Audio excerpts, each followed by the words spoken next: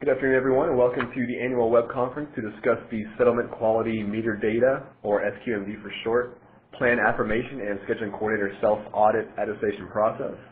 My name is Jimmy Bashar with ISO Stakeholder Affairs, and I'd like to introduce the others in the room with me here today, beginning to my left. David Asela. Elaine Siegel. This is Michael Cole. Thanks, folks. The material that we'll be discussing during this webinar can be found on our website by hovering over the Market Operations bar and selecting the Metering and Telemetry. And then you would notice this meeting under the SQMD Plan Affirmation and SC Self-Audit Attestation header. Our agenda for today's meeting, as you can see, is to discuss the differences and similarities between the SC Self-Audit Attestation and the SQMD Plan Affirmation, followed by an overview of each process, and then, of course, next steps. In addition, we are beginning an awareness campaign. As some may know, hopefully most of you do, we will be transitioning away from our traditional market notices and towards our daily briefing, which is a one-stop shop daily email that delivers all notices to your inbox for that day. We're finding that it's a much better option for stakeholders to stay up to date, so please, we encourage you to sign up for that on our website. And the official cutoff date from our market notices and to this transition is November 1st of this year. In addition, calls and webinars are recorded for stakeholder convenience, allowing those who are unable to attend to listen to the recordings after the meetings. The recordings will be publicly available on the ISO webpage for a limited time following the meetings. Of course, the recordings and any related transcriptions should not be reprinted without the ISO's permission. We will pause periodically for questions throughout. If you have any questions, please raise your hand by pressing #2 on the queue. And for everyone, of course, please state the name and the company that you represent. And with that, I'll hand it over to Elaine. Thanks, Jimmy. So first we'll start off by, it looks like we're missing a slide here. Can you go back to, we need this slide.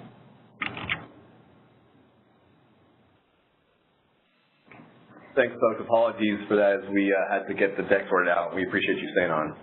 Okay, thanks for your patience.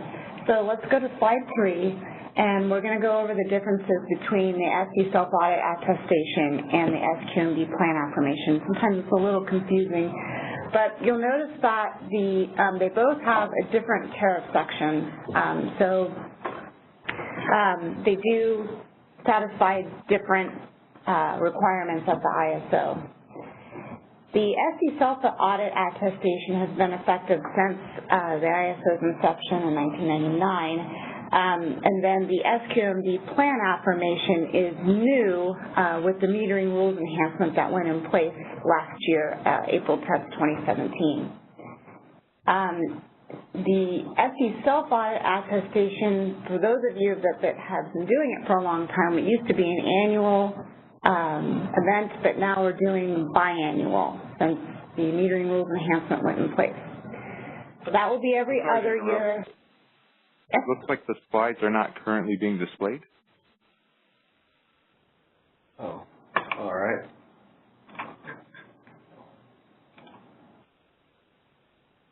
Can you see it now, Marvin? Yes, thank you. Okay. Thanks, Marvin, yeah. Okay. So again, the SC Self-Audit Attestation is going to be every other year, starting with even years. So we haven't done this since 2016. This is going to be our first year starting the biannual effort. And then the SQMD affirmation will always be annual. The biggest difference between the two is that the SC Self-Audit Attestation is an audit of processes for creating SQMD and adherence to the local regulatory authority. The self-assessment, or the SQMD Plan Affirmation, is essentially just a self-assessment to affirm that you're in compliance with your SQMD plan that's on file. The SC Self-Audit Attestation is for scheduling coordinator metered entities, and it also includes PDR and RDRR resources. The SQMD Plan Affirmation is also for SCMEs with an approved plan, but it does not apply to PDRs and RDRRs because we have the registration process in place to be able to audit them and understand what exactly they're doing. So we'll go into that a little bit later. But I just wanted to get a slide to just kind of separate the differences and help you understand that we are trying to satisfy different tariff requirements. Let's go to slide 4. So I'll start off with the SE self-audit attestation process overview, and then we'll take some questions at the end before I go into the SQMD plan affirmation. So the SE self-audit is, again, for scheduling coordinators who submit meter data to the ISO, which includes demand response. This is the tariff section that we're trying to satisfy. It basically says that you're going to complete an audit. It can be an auditor of your company, like if you have an audit group, or it can be an independent auditor as well.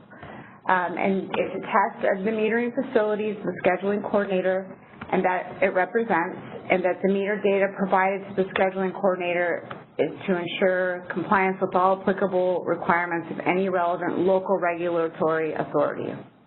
That's your LRA. So again, your auditor can be internal, it could be an external auditing firm, but the most important thing is that the auditor needs to be independent of the processes from collecting meter data all the way through to submitting to the ISO. In years past, we had a prescribed audit period, and we are not prescribing that audit period anymore. What we're saying is that if your company already engages in their own schedule for auditing, you can use that. If you don't have your own auditing schedule, then we just ask that you do a 1-year look back in that 2-year time period. Okay, slide.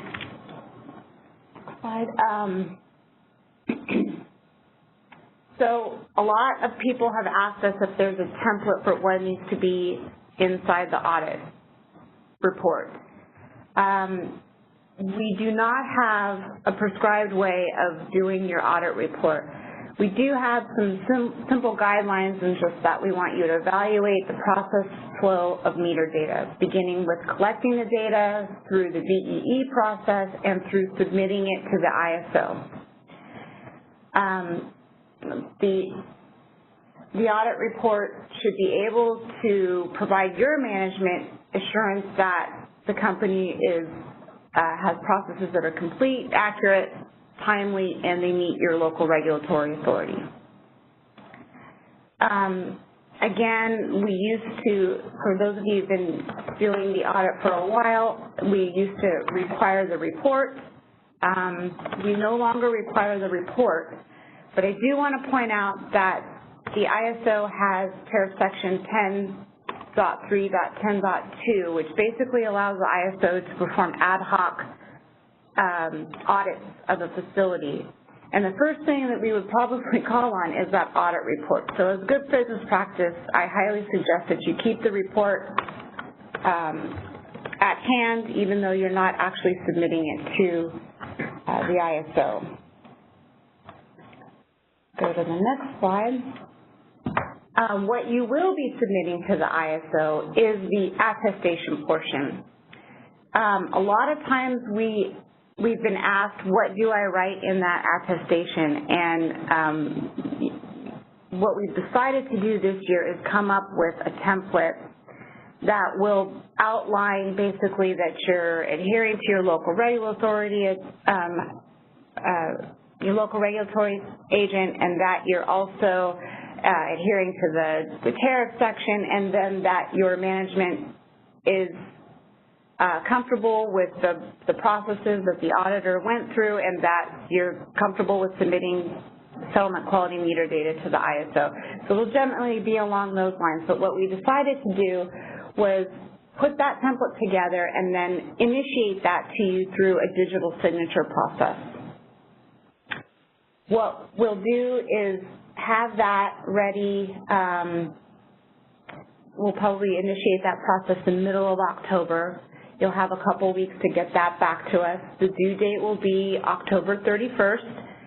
If October 31st falls on a weekend, then it will be due the next business day. And within that, we'll have the template, and then there'll also be a free-form section so that you could provide the audit period that you performed the audit in, and also list the name, title, and company of the auditor. We'll also have an area where you can attach a list of your auditor's findings, and then we would require that you put any corrective actions in place for that. If the audit attestation is not submitted to the ISO in time, rules of conduct penalties will apply. 37.6.3.2 is the section that we would be asking that you adhere to. We hope we don't have that. It's been very rare that that's happened. So with that, do I have any questions about the SE self-audit? Thanks, Elaine. As a reminder to folks, please press pound 2 to enter the queue. Currently, I don't believe there are any questions. I think we have one in the queue. I'm not sure if this question might have been something from earlier. I'll go ahead and unmute that line now. Yeah, mine was just about the slides. We're good. Okay. Thank you. Okay, let's move on to the next slide. So the SQMD plan affirmation, again, is new since April 10th of last year. Any scheduling coordinator who was participating before April 10th of last year most likely will not have an SQMD plan unless they have repowered, modified their meter data intervals, added generating capacity, or added a new resource, or is just generally new to the ISO. You would then have an SQMD plan on file with us. The SQMD plan affirmation process does not apply to PDRs and RDRRs, like I said before, because we have our registration process, our DRRS. However, section 10.3.7.1 is applicable, and that essentially just points to the fact that you do have to have a settlement quality meter data plan with the ISO.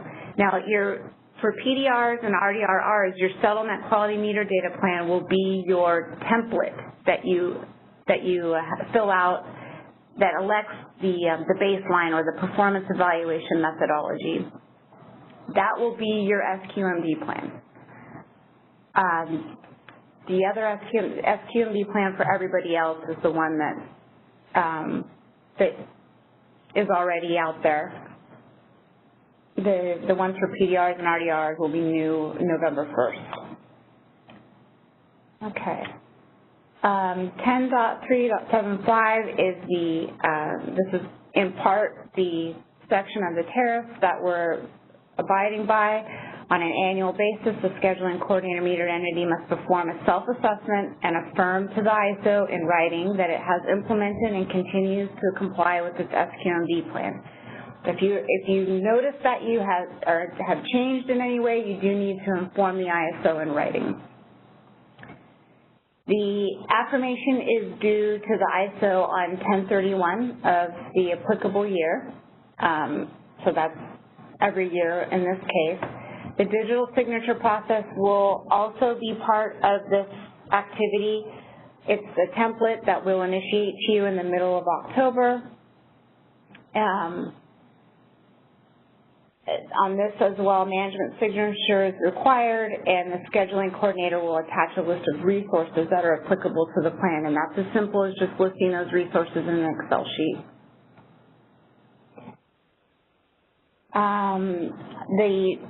This also has a rules of conduct penalty associated with it.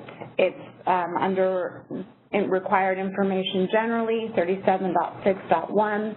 So after we initiate the digital signature process in the middle of October, you'll have 2 weeks to get that into us by the 31st, or the rules will apply. Do I have any questions on the SQMD plan affirmation? Thanks, Elaine. Folks, we are approaching the end of the deck, so I encourage any questions at this point. Please press pound 2. And we've just had one question come in. Caller, your line is unmuted. This is Jason Bruce from Southern California Edison. Hi, Jason. How's it going? The question I have, it relates to the OMAR system. So one of our steps is to kind of make a comparison of what internally our company submitted to the Cal ISO. And it's to our understanding the OMAR system has been decommissioned.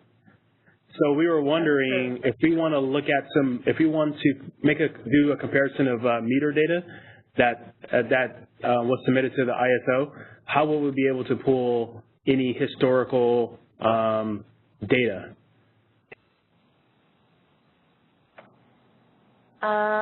Is the OMAR system in read-only right now, or is it totally decommissioned? You know, Jason, I'll have to get back to you on that. I'm not able to give you a certain answer. Okay. Okay, and I'm sorry again, what was your last name? Bruce, B-R-U-C-E. Oh, okay. All right. All right, we'll get back to you on that one. I'm sorry I couldn't answer it right away. No problem. Thank you. Sure. Did have one more question. Okay. Caller, your line is unmuted. Hi, Elaine. This is Mike Evans with Shell Energy. In some cases, scheduling coordinators use third parties for their meter data for some of their load, which collects and reports that data. So the responsibility is on the scheduling coordinator to provide an attestation. And then what form would you be expecting for a situation with a third party, like a separate attestation that they provide, or that that the SC just provides an attestation that they've verified the third party's performance? What do you expect that? What form do you expect that to take?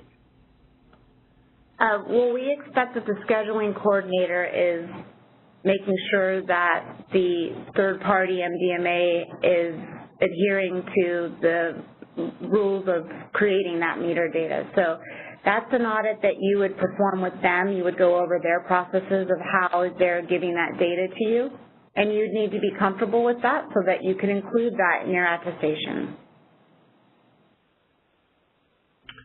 Great. Does that make sense?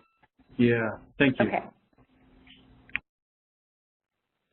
We have a couple more questions. Thanks, Marvin. Go to the next. Caller, your line is unmuted. Hi, Elaine. This is Fred Deanda at WAPA. Hey, I was curious that earlier question on OMAR, if when you get that answer, if you could add it to your frequently answered questions list or frequently asked questions. Sure. Okay, thank you. I can do that. Thanks, awesome. Fred.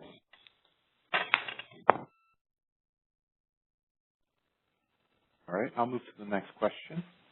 Caller, your line is unmuted.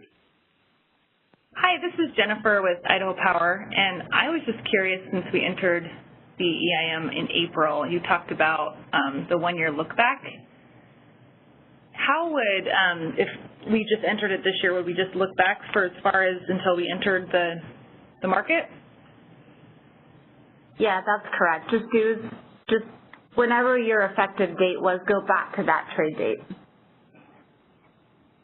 Okay, thank you. You're welcome. Okay, we have a few more questions here.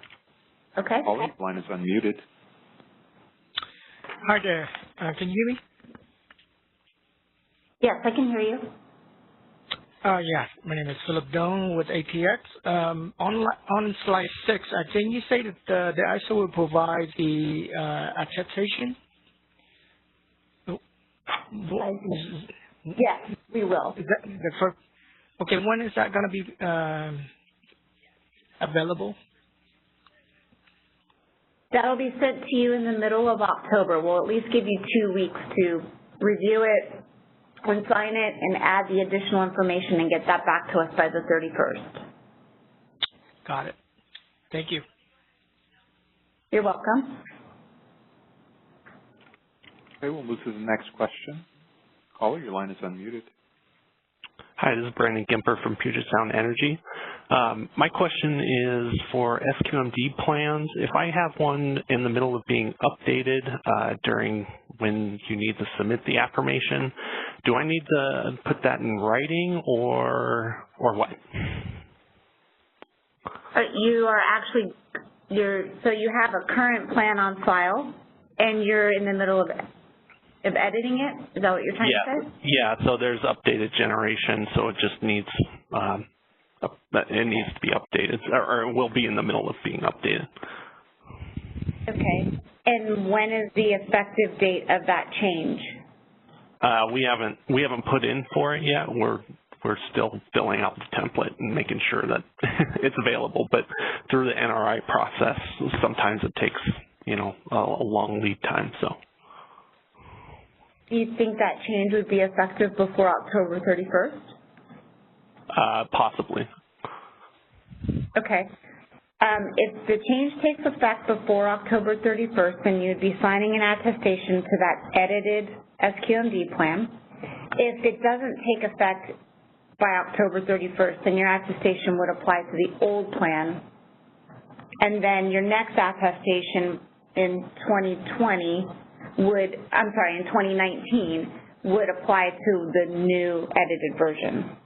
Does that make sense? It does. Thank you. Okay.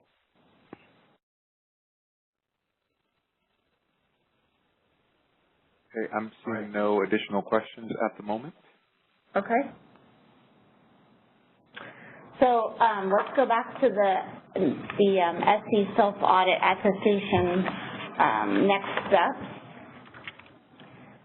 So because we haven't had an audit in a while and companies do have turnover, we are going to be reaching out to all of our old contacts and making sure that they are current contacts before we send out any kind of email notifications that they've been identified as someone who submits settlement quality meter data to the ISO. So you will be hearing from us with regard to the SE self-audit attestation. Then we'll identify who submits data to us, and then we'll send out an individualized email basically saying that you've been identified as someone who submits data to the ISO. If you have not received an email by September 17th and you feel that you do submit data to the ISO, please email the edas@kaiso.com email box and let us know. We haven't had that ever happen in the past, but just in case. In the meantime, scheduling coordinators should be working on their audit report, and then we'll send out the digital signature process mid-October. The next step for the SQMD plan affirmation, we will not be doing individualized reaching out to contacts because that is pretty new, and we feel that we have everybody, we feel we have the right contacts for that, so you will not be hearing from us as far as an individual reach out through calling. But we will identify who that will be, and then in the meantime, scheduling coordinators should be working on the self-assessment, and then we'll initiate the digital signature process mid-October. Again, both of these efforts are due on the 31st.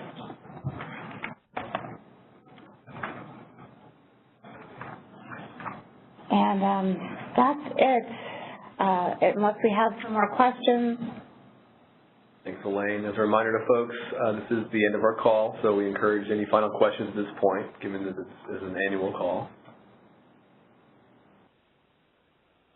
And we do have one question that's just come in here. Caller, your line is unmuted. Hi there. So is this presentation will be posted on Kaiso website as well? Yes, it will be.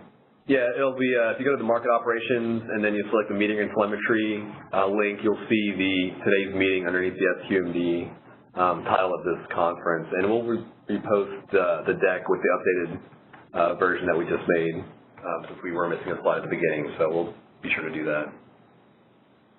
Great. Thank you.